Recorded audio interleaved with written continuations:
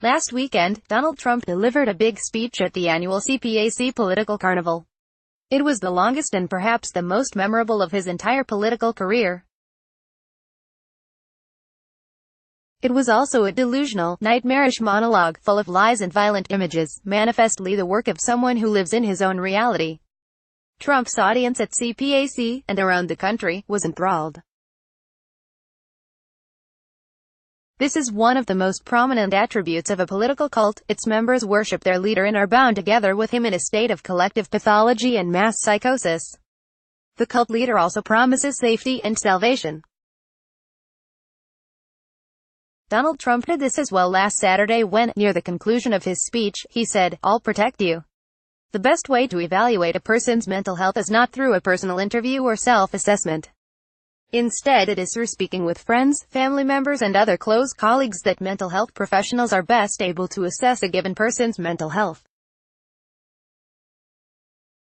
Several days before Trump's CPAC speech, Donald Trump's personal fixer and former attorney of many years, Michael Cohen, testified before the House Oversight Committee.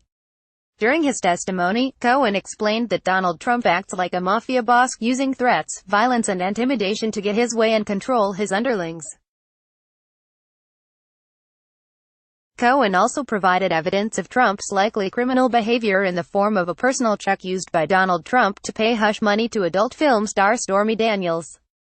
In total, Cohen offered a personal account of Donald Trump as a man who is an impulsive, pathological liar, a con artist and a threat to American democracy and public safety. Should Cohen's testimony be believed? Is Donald Trump a sociopath? How is he gaslighting America? What will Trump do if he is forced to leave the presidency? Why does he so overtly admire dictators and authoritarians like Kim Jong-un and Vladimir Putin? Should Michael Cohen fear for his safety? In an effort to answer these questions, I recently spoke with Dr. Justin Frank, a former clinical professor of psychiatry at the George Washington University Medical Center and a physician with more than 40 years of experience in psychoanalysis. He is the author of the best-selling books Bush on the Couch and Obama on the Couch. His most recent book is Trump on the Couch, Inside the Mind of the President. This conversation has been edited for clarity and length. Was Michael Cohen's public testimony before Congress believable to you? Was Cohen describing the Donald Trump you have studied and written about? Yes, Cohen described the Donald Trump that I profile in my book. Cohen also defended Trump in a way. He didn't say that Trump directly ordered him to become a thug. One of the exchanges during the hearing was very revealing. When the congressperson asked Cohen how Trump gets people to do things, it was explained that Trump makes statements that are understood to be correct and that must be agreed with by his underlings. That's how mob bosses do things. Cohen's description of Trump is completely believable and very accurate. There are other things about Trump that came out in the hearing as well.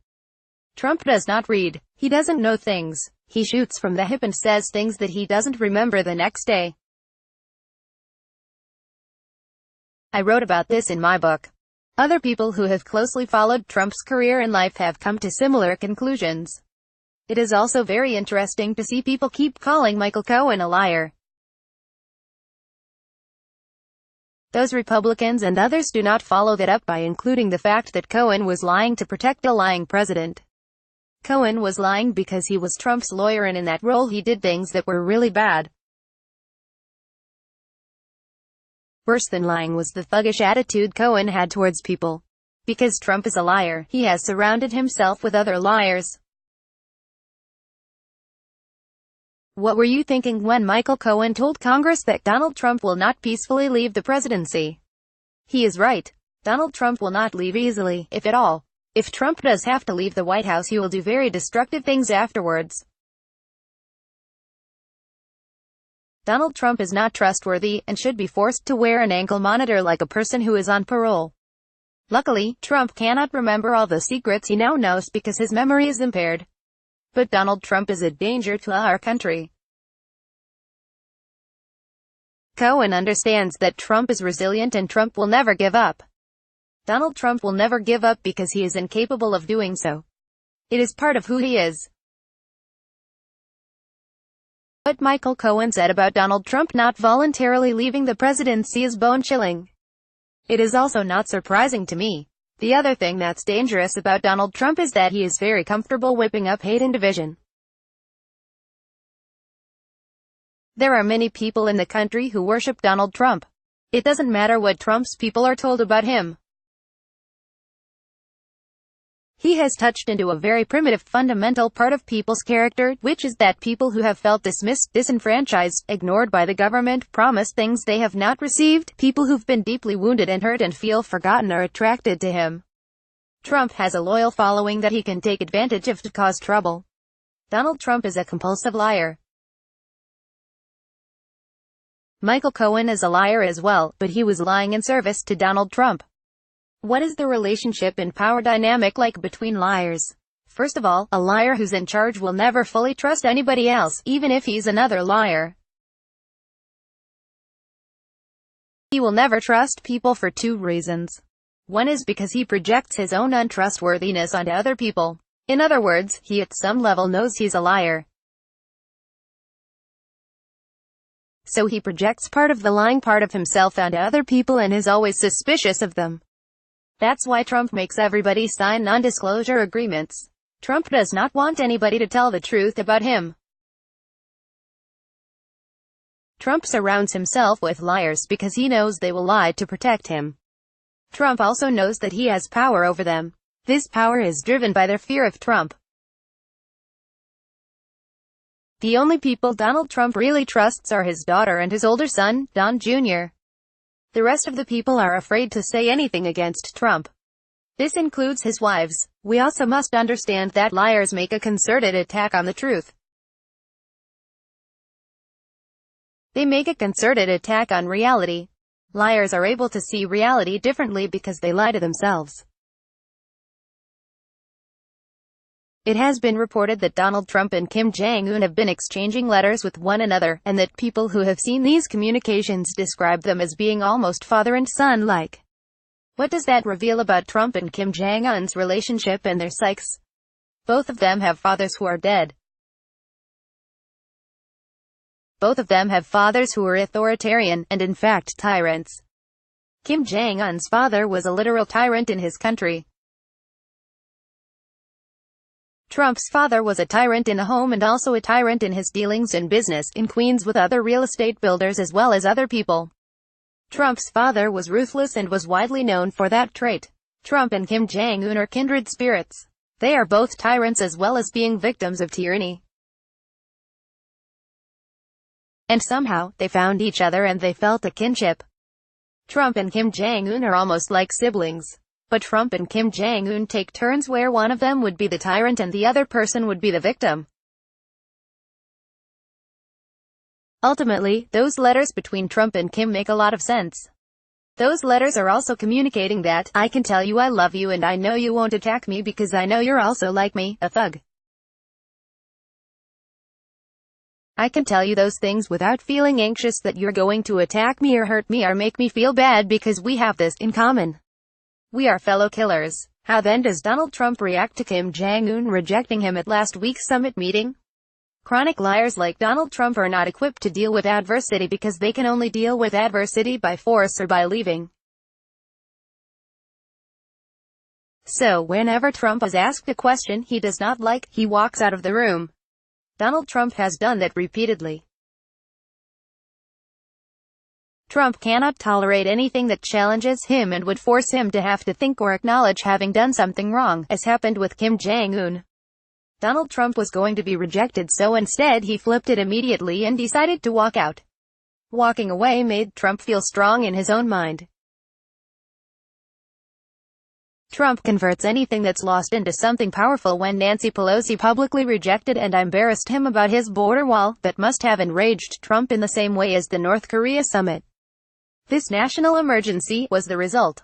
Donald Trump had a temper tantrum. Trump cannot give Pelosi a nasty nickname because he is afraid of her. Donald Trump is also afraid of Robert Mueller. Trump is afraid of Mueller in the same way he was afraid of his father. Trump is also afraid of Nancy Pelosi in a similar way. They get him. Pelosi and Mueller cannot be seduced or intimidated by Trump. They are not going to fall for Trump's con. Mueller and Pelosi know that Donald Trump is a disturbed person. What is it like to be around someone who is a chronic liar? What does that do to people emotionally and cognitively? Chronic liars felt lied to when they were little. They felt their parents lied to them when they told them they loved them. Chronic liars felt ignored by one or both parents. In Trump's case, he was ignored by his mother in many ways. Trump's father was tyrannical and made massive demands on him. But in both cases, he ended up becoming the liar rather than being the victim of a liar. Trump would turn anybody he talks to into a fool, somebody who can be conned, somebody who's a jerk, somebody who's stupid, somebody who's a follower and who believes him. Part of that is turning passive to active, turning victim into victimizer. But part of it is Trump also getting rid of a part of himself that he hates and fears. Trump hates and fears that part of himself that was fooled or felt mistreated. Trump pushes that onto other people because he thinks the American people are fools. Trump lies to us. The Washington Post has been documenting Donald Trump's public lies while president. The total is now over 8,000. Does Donald Trump actually believe his own lies? Trump believes his own lies. Trump likes to use the phrase, truthful hyperbole. He mentioned this in his book, The Art of the Deal. This is another way of saying lying, but calling it truthful hyperbole is exaggeration, which means it's untrue. It is not exactly lying, technically, but it is. The truth does not matter to Donald Trump. Lying has a corrosive impact on the truth and shared reality. Once you stop seeking truth, it is like starving your mind. You're starving your psyche. You become less and less able to function other than by being a liar and a cheat. You become less competent and less able to think clearly because you have never faced truth. You've always evaded it. Trump does not face the truth about his own cruelty. We have a president with a starved psyche. Donald Trump is not able to think. This explains much of his behavior and the chaos of his policies. Here is some actual testimony from Michael Cohen before the House Oversight Committee.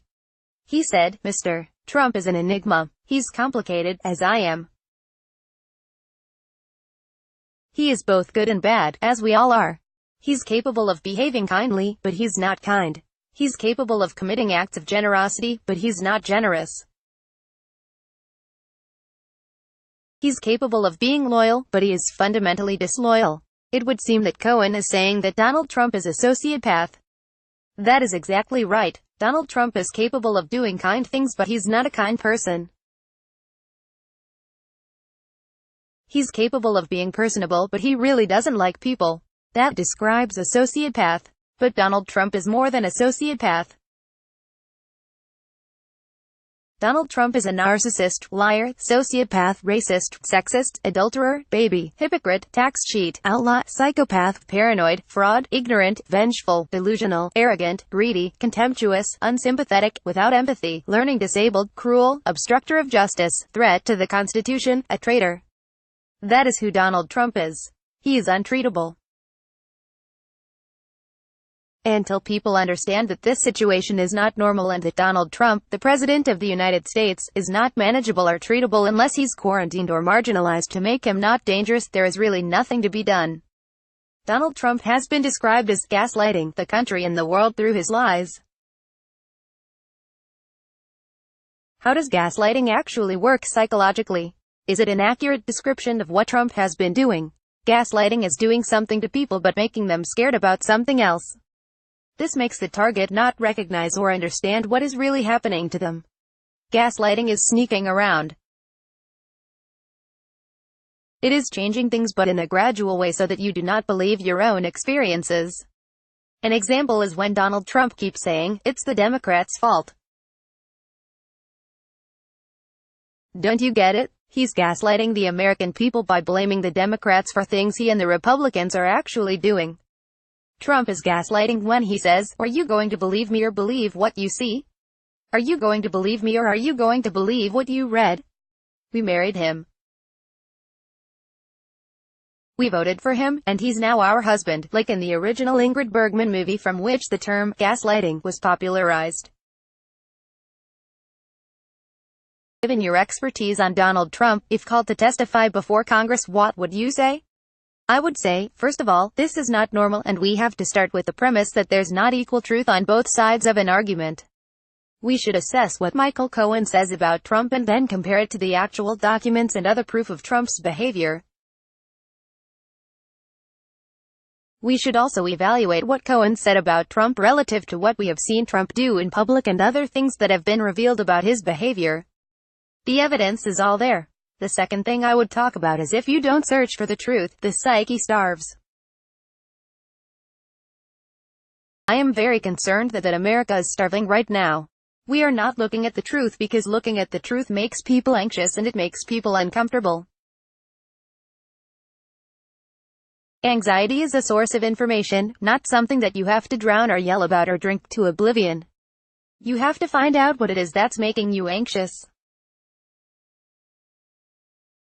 I would also explain how Donald Trump is like a corpus callosum in a brain which has become so hardened that one side of America cannot speak to or listen to the other side. Donald Trump attacks thought itself. He attacks thought and reality and fact so much that people did not pay attention to Michael Cohen's statement about how Trump will not go willingly. People are not paying enough attention to how Donald Trump is a violent person in his core soul. People do not want to face that reality because it requires too much decision-making and too much responsibility. Impeaching Donald Trump is scary. Congress cannot be paralyzed. We cannot be paralyzed as a nation. This is not a normal situation. Donald Trump is not a normal man, and we cannot simply say, this will clear up and go away, because that is denial and there is destruction happening before our very eyes. Michael Cohen looked scared during his hearing before the House Oversight Committee. His confidence is a mask. If Cohen reached out to you for advice, what would you tell him? I would tell Michael Cohen that he has every reason to be scared. Cohen should make it a condition of his providing testimony and other evidence that he receives protection while in prison. Michael Cohen is not safe. He has been called a rat too many times. Likewise, the United States is not safe under Donald Trump.